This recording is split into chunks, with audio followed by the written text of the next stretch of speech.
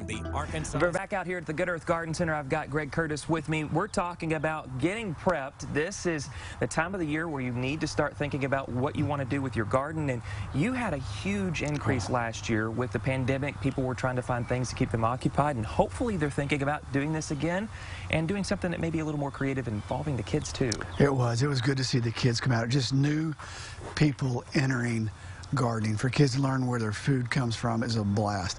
So this morning we're talking about starting your seeds. Okay. Just real quickly, you normally want to go about 6 weeks before you're going to set the seeds out. So some of the things, let's say like your squash and beans, you might not start till mid-March. Okay. Some of your cool seasons like your lettuces and broccolis, you can go ahead and start now. Okay. And then some of the other things like some of your peppers might take 8 to 10 weeks to germinate, so you want to read on there about that. Okay. And some of the fun things, for me, it's about creating future gardeners. Okay. So we're going to have some fun here this morning. So what I did is I was cooking eggs this past week. I just took and knocked the top to get the tops off. So now we're talking, it took me about a dozen eggs to make this work correctly. So don't get frustrated. Right. But what's fun about this is you're going to keep it in the house, and instead of watering, hey, you're just going to mist with a mister, and this one's going to work at some point. There we go. Got to turn it on. Got to turn it on because it's not going to drain. Okay. But what you'll do is you'll let your seed come up. You'll let it get about that 3rd or 4th leaf on there, so it'll be about that high.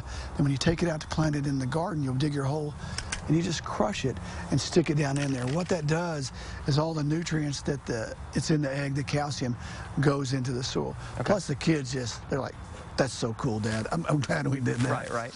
The other thing that's fun to do, as you can see, I'll let you can play with that one there. Okay. Man, you can just make your own pots. So one of the young ladies here just took a bottle, put it around there, used a little bit of glue, and then put a little twine around it. Again, it's biodegradable, so you plant in it, put it in the ground, and it just dissolves. Gotcha. So you've got some things sitting around the house that you want to recycle, you want to maybe use to help out with that, especially with the eggs too. But one thing I want to bring up too, because we talked about this last year, your seeds. You guys sold out. And once they're packaged and you're done, that's it. So if you want to get seeds, you might want to think about getting them now. Yeah, if you're going to start with seed, you want to do that. And just briefly, I know we got to get going, but a good soil, you and I talked about, you might not have the success you wanted last year. So our Good Earth potting mix we use for everything from our perennials to our square foot gardens to even starting the peppers down there. So it's a good mix, makes it simple for the customer. So absolutely. And soil is important to have. I can attest to that. So we're going to send it back to you guys, but stick around. We've got another conversation talking about fruit trees and some other things that are important for this time of the year. Back to you.